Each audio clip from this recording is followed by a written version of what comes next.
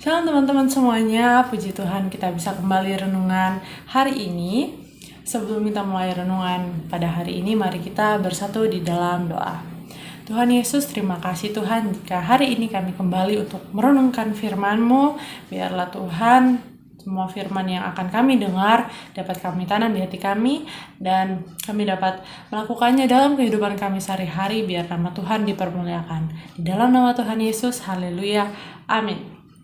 Nah, tema renungan hari ini adalah cinta mula-mula atau kasih mula-mula. Sesuai katanya kita tahu cinta mula-mula. Cinta mula-mula adalah sesuatu tindakan yang akan kita lakukan ketika kita jatuh cinta, ketika awal-awal jatuh cinta. Cinta mula-mula ini berbeda dengan first love. First love adalah cinta pertama. Kalau cinta mula-mula itu yang kita lakukan pada masa-masa awal fall in love. Nah, menurut saya ada 4 hal yang akan kita lakukan ketika kita sedang dalam fase cinta mula-mula. Apa saja? Yang pertama, mau selalu dekat atau nggak mau jauh-jauh.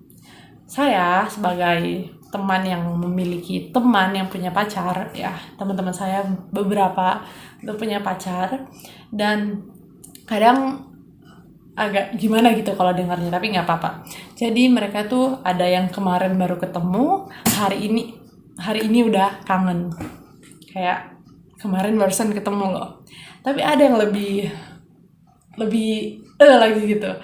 Pas istirahat ketemu nih. Pas masuk ke kelas bilang, "Aduh, aku kangen." Padahal barusan ketemu pas istirahat. Ya udahlah, namanya orang pacaran ya. Jadi pengen deket-deket terus, gak mau jauh, gak mau dipisahkan lama-lama gitu.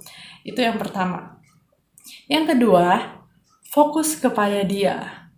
Ini saya ambil contoh benda. Misalnya kita habis beli HP yang kita idamkan, yang benar-benar kita pengen, dan kita beli dengan uang kita sendiri, dengan hasil kerja kita sendiri.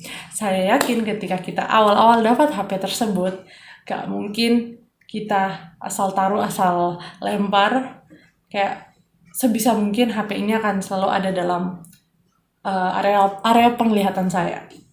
Itu pas awal-awal beli HP. Dan HP itu kayak gak boleh lepas. Kalaupun dipinjam sama teman, itu tatapan kita pasti fokus kepada HP tersebut. Jangan sampai HP itu kenapa-kenapa.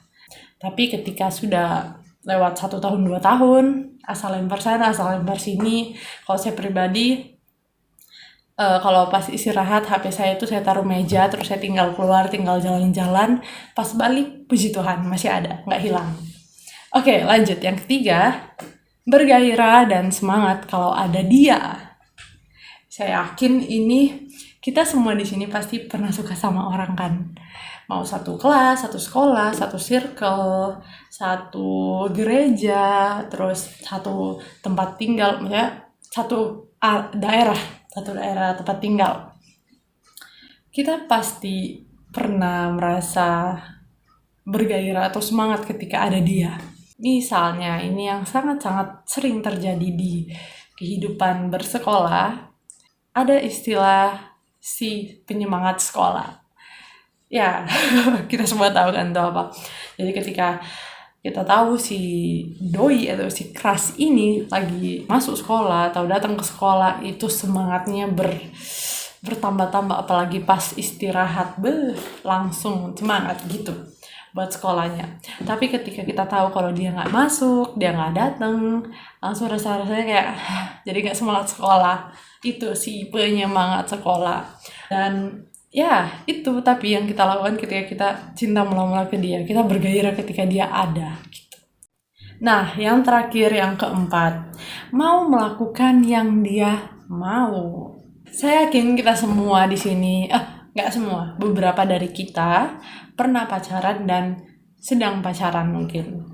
Dan saya yakin dalam berpasangan, dalam hubungan tuh, setiap pasangan punya kemauan masing-masing yang ingin pasangannya lakukan buat dia.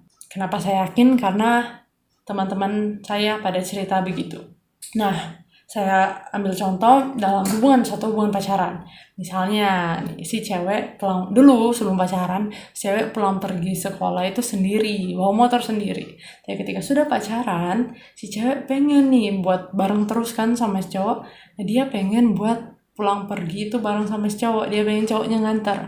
Nah, karena si cowok sayang sama si cewek, dia mau dong kayak ya dengan senang hati mau antar jemput, mau pulang pergi sekolah bareng-bareng. Itu salah satu contoh.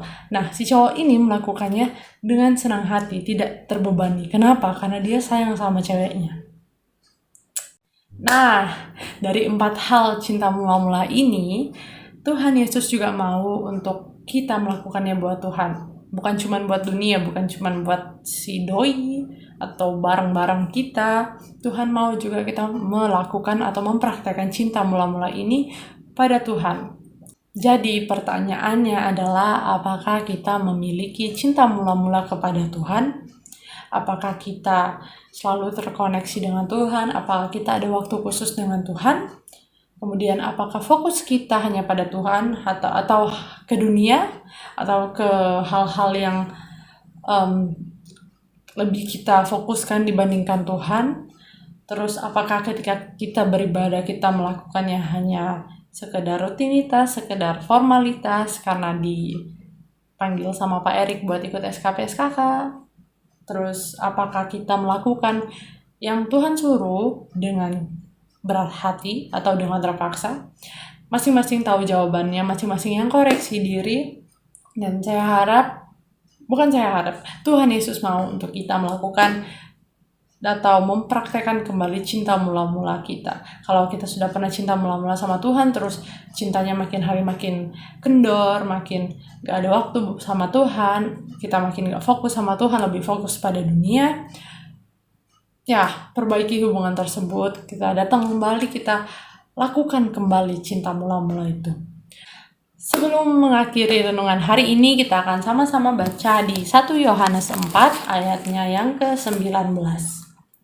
Kita mengasihi karena Allah lebih dahulu mengasihi kita. Dan kita yang bisa kita lakukannya ini, mengasihi Tuhan dengan 4 hal tadi, cinta mula-mula tersebut. Saya harap kita semua dapat mempraktekkan firman ini dengan baik dan ya tujuannya untuk menyenangkan hati Tuhan. Mari sebelum menutup renungan hari ini kita bersatu dalam doa. Tuhan, terima kasih kami telah mendengarkan firman-Mu. Biarlah firman ini dapat kami tanam di hati kami dapat mempraktekannya dalam kehidupan kami sehari-hari. Biarlah kami dapat memiliki kasih mula-mula ini, kami dapat melakukannya kepada Engkau Tuhan, agar Engkau disenangkan dalam hidup kami. Terima kasih Tuhan. Sekarang kami akan melanjutkan aktivitas kami masing-masing. Biarlah Roh Kudus yang menyertai, Roh Kudus yang melindungi setiap aktivitas kami. Biarlah nama Tuhan yang dipermuliakan. Terima kasih Bapa, hanya di dalam nama Tuhan Yesus. Haleluya. Amin. Sekian renungan hari ini. Tuhan Yesus memberkati. Shalom.